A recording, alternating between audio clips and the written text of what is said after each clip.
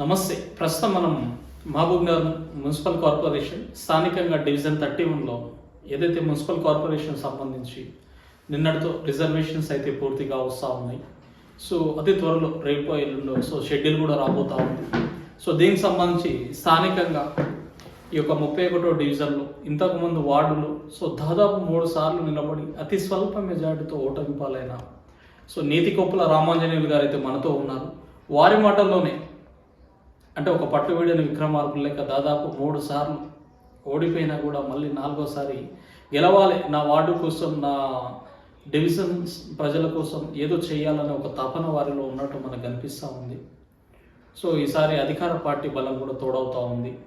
So reservations కూడా అనుకూలంగా వచ్చాయి. సో వీటన్నిటిని బేరీజ్ వేసుకొని మనం వార్డులో చేసిన మెజారిటీ సర్వేలో కూడా వారి పేరైతే వినబడతా ఉన్నది. సో వీటన్నిటిని బేరీజ్ చేసుకొని వారి మాటల్లోనే వారి యొక్క వ్యక్తిగత లైఫ్ కానీ, పొలిటికల్ లైఫ్ గురించి కానీ, ఇలా పలు అంశాల గురించి డివిజన్ ప్రజలకైతే ఒక వివరించే ప్రయత్నం అయితే చేద్దాం. నమస్తే అన్న. నమస్తే. ఎట్లా ఉన్నారు? బాగున్నారా? బాగున్నాను. మొదటగా మాట్లాడుకుంటే ఏంది పొలిటికల్గా మీ యొక్క ఫ్యామిలీ బ్యాక్గ్రౌండ్ ఏందన్నా? రాజకీయాల్లోకి రావాలనే ఆలోచన ఎట్లా వచ్చింది? మొదట మాది వ్యవసాయ రాజకీయం. మా ఫాదర్ గుమాస్తా చేస్తుండే. ఆ విధంగా వాళ్ళు పొలిటికల్ ఎప్పుడు లేదు. ఇక మా ఏరియా స్లమ్ ఏరియా ఉండే ఇంత ముందుకు, దానికి ఎవరు పట్టించుకోకుండా భర్తీ ఇక్కడ నుంచి ఇక్కడనే పడుతున్నారు. ఇక్కడనే కొట్టారు, ఇక్కడనే పుట్టినాం, ఇక్కడ అంతే. మా ఏరియా నుంచి ఎవరు అప్పుడు పట్టించుకోకుండా పెద్ద మనుషులు అప్పుడు లీడర్ పెద్ద ఉండి పట్టించుకోకపోండి. దానికి అనుగుణంగా నేను యాక్చువల్ ఫస్ట్ బీజేపీలో ఉండండి. స్టార్టింగ్లో 1975 వెళ్ళి 82 వెళ్ళి 82లో తెలుగుదేశం వచ్చినాక ప్రభుత్వం వచ్చి నన్ను తెలుగుదేశం జాయిన్ చేసుకున్నాను. జాయిన్ చేసుకుని కొన్ని రోజులు అయినాక నేను 2006లో అట్లా ఫస్ట్ టైం కౌన్సిల్ వెళ్ళావాట. అప్పుడు సెకండ్ ప్లేస్లో కూడా ఓడిపోయినా. మళ్ళీ థర్డ్ టైం 2014 అప్పుడు వైఎస్ఆర్ కాంగ్రెస్ 2 ఇయర్స్ ఆపి మళ్ళీ వేసిన అప్పుడు ఓడితే 21-22 ఓడిపోయినా. మళ్ళీ మన బీజేపీ ట్రై చేస్తే టికెట్ వచ్చింది. టికెట్ వచ్చి మళ్ళీ లేవంటే 12 ఓడితో మళ్ళీ ఓడిపోయినా. సెకండ్ ప్లేస్లో ఉన్నాం 3 సార్లు లేవట కూడా. ఏరియాకు స్లమ్ ఏరియా ఉన్నందుకు డెవలప్ చేయాలని, రోడ్లు కానీ అవి కానీ చేయాలని ఆ విధంగా అన్ని విధాలు దిగి అట్లా చేసినాను. సో మీరు ఏదైతే గతంలో స్వల్ప మెజార్టీ అంటే 6 ఓట్ల తేడాతో కూడా ఓటమి పాలయ్యారు. ఎట్లా అనిపించింది అని? ఎటువంటి దగ్గరకు వచ్చి ఓడిపోవడం అనేది సరే, ఓకే, 100 ఓట్లు 200తో ఓడిపోతే ఏమనిపించదు, కానీ దగ్గరకు వచ్చి వితిన్ 6 ఇంత స్వల్ప మెజార్టీ. నేను ఏడ మిస్టేక్ చేసుకున్నా, ఏంది మిస్టేక్ చేసుకున్నా, ఎవరి ద్వారా పోయిందని ఆ విధంగా అలా ఆలోచించి అవే. మరి ఈసారి అయినా ఈ ఎలక్షన్లలో అయినా మీకు తగ్గట్టు అధికార పార్టీ తోడైంది, మున్సిపాలిటీ నుంచి కార్పొరేషన్ అయింది. మరి ఈసారి గతంలో జరిగిన తప్పిదాలన్నిటినీ సవరించుకొని గెలవడానికి సిద్ధంగా ఉన్నారు? 100% ట్రై చేస్తాం. మేము ఏమైనా మిస్టేక్ ఉంటే దాన్ని ఆలోచించి దాన్ని తీసుకొని మాట్లాడి పెద్ద మనసులో మాట్లాడి ఆ విధంగా ఆలోచించి స్టెప్ వేస్తాం. ఇన్నిసార్లు ఓటమి పాలైనప్పుడు ఎందుకులే ఇక ఈ జనాలతో మనం నమ్ముతాం, ఆ పొజిషన్ కూడా ఇప్పుడు కూడా వచ్చేస్తుంది. నమ్మనప్పుడు ఇంకెందుకు వాళ్ళ దగ్గర, ఇంకెందుకులే మన లైఫ్ మనం చూసుకుందాం, ఇంకెందుకు జనాలు అని ఆలోచన ఎప్పుడన్నా వచ్చిందా? వచ్చింది, ఆలోచన కూడా మస్తు వస్తుంది. అది వస్తే అది కూడా వేరే వాళ్ళు పెద్ద మనుషులు అందరూ ఎందుకు ఇంటి సార్లు వెళ్ళవాడు, ఎందుకు వెళ్ళవాడు, ఈసారి కూడా వెళ్ళవాడు, ట్రై చేయి కులస్తులు కాకుండా బయట వ్యక్తులు కూడా చెప్తున్నారు. ప్రజల ఒత్తిడి మేరకు నిలబడతాము. ముఖ్యంగా మన డివిజన్ తీసుకుంటే దాదాపు 3000 పైసలు ఓటర్స్ ఉన్నారు. 3759 ఓటర్స్. 4,000 అంటే ఇప్పుడు వేరే ఎక్స్ట్రా కలిసింది 4,000 దగ్గర వచ్చింది. అదే 4,000 ఓట్ల వరకు అంటే దాదాపు పక్కన వేరే తీసుకుంటే 3-4 డివిజన్లు కలిపి ఇంతకుముందు కూడా ఆ ఏరియా మాకు కూడా కలిసి ఉన్నది. ఇప్పుడు అక్కడ పోయింది. అక్కడ కూడా వాళ్ళు ఫోన్ చేసి చెప్తుండ్రు, నువ్వు రెడీ ఉన్నాను, మేమున్నాం యూత్ అని దగ్గర కూడా మాట్లాడి ఉన్నాం మాకు చెప్తుండ్రు.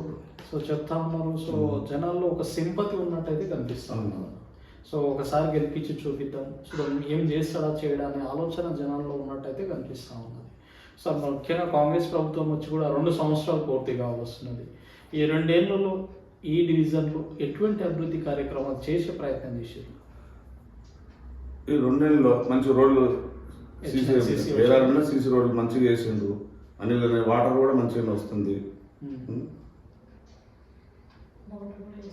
మోర్లు పైప్ లైన్ మోర్లు అవి కూడా మంచిగా చేసి డ్రైనేజ్ కూడా బాగానే సో చేస్తున్నారు. రేషన్ కార్డ్స్, రేషన్ సన్న కార్డ్స్ బియ్యం. బాగానే, సన్న బియ్యము మ్మ్. అన్ని బాగానే వచ్చేస్తున్నాయి. సో దాదాపు 200 ఇంద్రమిల్లు కూడా బాగానే వచ్చేస్తున్నాయి. వచ్చినాయా?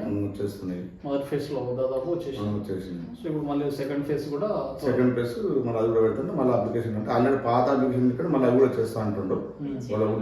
వాళ్ళ ఉంటే అవి కూడా వచ్చేస్తా అంట మళ్ళీ పెండింగ్ ఉన్నాయి కూడా. పెండింగ్ కూడా సవరణ చేసి చేస్తా అంటుండ్రు అవి కూడా. సో ముఖ్యంగా ప్రతి ఇంట్లో సో దాదాపు 200 యూనిట్ల లోపు ఎవరైతే ఖర్చు చేస్తున్నారో వాళ్ళందరికీ ఫ్రీ కరెంట్ అయితే జీరో. ఫ్రీ కరెంట్ నాకు కూడా వచ్చేస్తుంది. ఫ్రీ కరెంట్ కూడా నాకు కూడా జీరో బిల్ కూడా నాకు వచ్చేస్తుంది. సో ఎట్లా అనిపిస్తుంది? ఆల్రెడీ మెల్లగా స్లోగా ప్రచారం చేస్తూ ఉన్నారు. సో జనాల దగ్గరికి వెళ్ళినప్పుడు మెయిన్గా మీకు ఏ సమస్యలు చెప్పే ప్రయత్నం చేస్తున్నారు? వాళ్ళకి ఇప్పుడు ఏజ్ ఉన్న వాళ్ళు పింఛన్ గురించి ఆలోచిస్తున్నారు. కొన్ని డ్రైనేజ్లు, కొన్ని సిమెంట్ రోడ్లు, సీసీ రోడ్లు ఎన్నుకోవాలి అవి ఆలోచిస్తుంది. వేయం నాకు కానీ పింఛన్లు, వితం పింఛన్లు అవి ఉంది నాకు చెప్పిండే ఇస్తానంటారు. సో మీరు ఇదే ప్రాంత వ్యక్తి, ఇక్కడనే పుట్టారు, ఇక్కడనే పెరిగారు, ఇక్కడనే ఉన్నారు కూడా ప్రజెంట్. సో ఇక్కడి పరిస్థితుల పట్ల పూర్తి అవగాహన అయితే మీకు ఉంటుంది. సో ఏ వార్డులో ఏ సమస్య ఉంది, ఏ ఇంట్లో ఏ సమస్య ఉంది, ఏ గల్లీలో ఏ సమస్య ఉంది అనేది. సో మీరు గెలిచిన తర్వాత గతంలో చెప్పిన నాయకుల్లాగా గెలిచే ముందు మేము గెలిచిన తర్వాత అది చేస్తాం ఇది చేస్తాం అని చెప్పిన తర్వాత ఓన్లీ వాళ్ళు క్యాంప్ ఆఫీస్లో చుట్టూ తిరుగుడనే ప్రయత్నాన్ని కొనసాగిస్తారు. మరి మీరు గెలిచిన తర్వాత చెప్పిన మాట మీద నిలబడే ప్రయత్నం ఉంటుంది. 100% నిలబడతాం.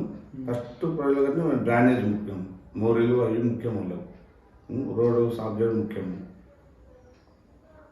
ముఖ్యంగా వాటిలో మన సర్వేలో మెజారిటీ జనాలకు ఇల్లు కిరాయి ఇళ్ళలో ఉన్న వాళ్ళు కానీ ఇల్లు లేని వాళ్ళు చాలా మంది చెప్తున్నారు సమస్య గురించి. ఇల్లు వెళ్తున్నప్పుడు చెప్పింది. సో ఇందిరం ఇళ్ళ గురించి ఇప్పుడు సెకండ్ విడతలో ఎన్ని ఇల్లు తెచ్చే ప్రయత్నం చేస్తారు మీరు? సాధ్యమైన హరుడు మొత్తం దాంట్లో ఫైట్ చేసి మాట్లాడి చూపిస్తాం. దాన్ని ఎట్లా ఉంది ఎమ్మెల్యే గారు సపోర్ట్? ఎమ్మెల్యే గారు మంచిగా వర్క్ చేస్తుంది. ఆయన సైలెంట్గా చేస్తుంది. ఎవరు ఒకరిని హింసించకుండా ఒకరిని చేయకుండా ఆయన పని అని చేసుకుంటూ ఆయన డెవలప్ అయినా చేసుకుంటూ పోతుండ్రు. ఇప్పుడు విద్యా సంస్థలు కూడా బాగానే తీసుకొస్తుండ్రు.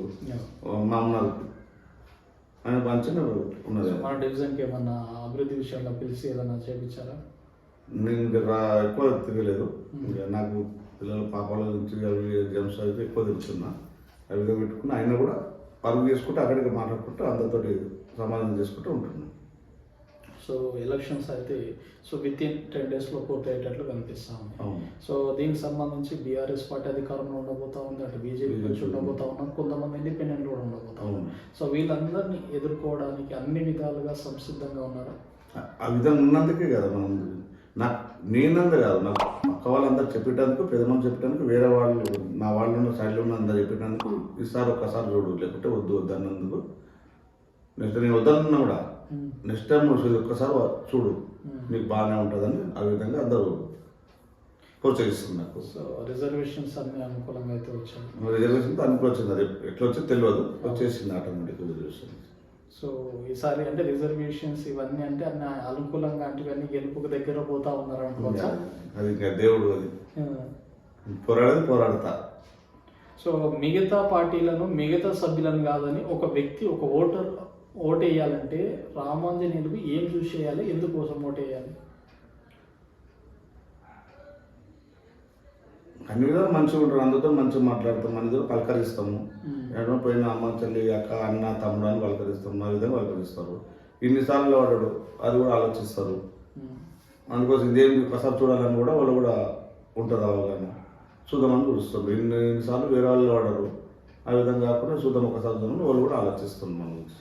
సో త్వరలో ఓటింగ్ అయితే ఉండబోతా ఉందా? సో ఓటర్కి ఫైనల్గా మన ఛానల్ తరఫున ఏం చెప్పదలుచుకున్నారు?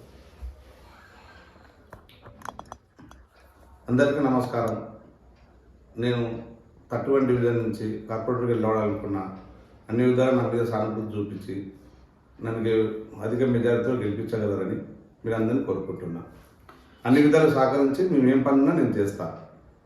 నాకు వాళ్ళకి ఆశ ఏం లేదు, ఒక కోరిక కార్పొరేటర్ ఒకసారి నిలబడి గెలవాలి అనేది.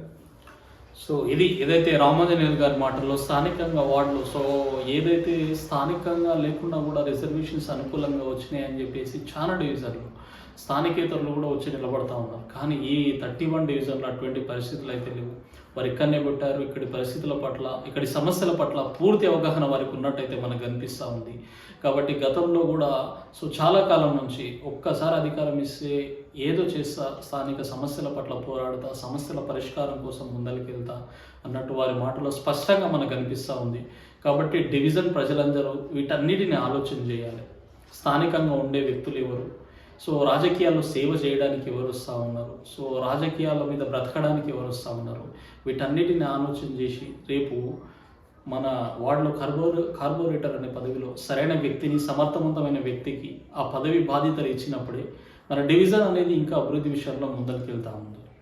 మరీ అన్నిటికన్నా మరీ ముఖ్యమైనది, అధికార పార్టీ మద్దతున్న వ్యక్తులకు మనము మద్దతు ఇచ్చినప్పుడే డివిజన్ అనేది అభివృద్ధి విషయంలో ముందరికి వెళ్తూ ఉంటుంది. ముఖ్యంగా ఇందిరమ్మ విషయం తీసుకుంటే మన ఫస్ట్ ఫేజ్లో కొన్ని ఇండ్లు రావడం జరిగింది. సెకండ్ ఫేజ్లో అంతకు మించిన ఇండ్లు రావాలన్నా, వాటికి రెట్టింపు ఇండ్లు అడగాలన్నా స్థానికంగా అధికార పార్టీకి సంబంధించిన కార్పొరేటర్ని గెలిపించుకోవడం వలన ఇంకా పెద్ద మొత్తంలో వారు స్థానిక ఎమ్మెల్యే గారు కావచ్చు, స్థానిక మేయర్ గారితో కొట్లాడి డివిజన్ అభివృద్ధి విషయంలో ముందరికి వెళ్తారు. కాబట్టి వీటన్నిటిని ఆలోచన చేసి రాబోయే కార్పొరేషన్ ఎలక్షన్లలో డివిజన్ 31 సంబంధించిన ప్రతి ఒక్క ఓటరు ఓటేసే ముందు వీటన్నిటిని ఆలోచన చేసుకొని సరైన వ్యక్తికి, సమర్థవంతమైన వ్యక్తికి రేపు కార్పొరేటర్ బాధ్యతలు ఇచ్చి మీ అమూల్యమైన ఓటుతో వాళ్ళని గెలిపించుకుంటారని కోరుకుంటాము.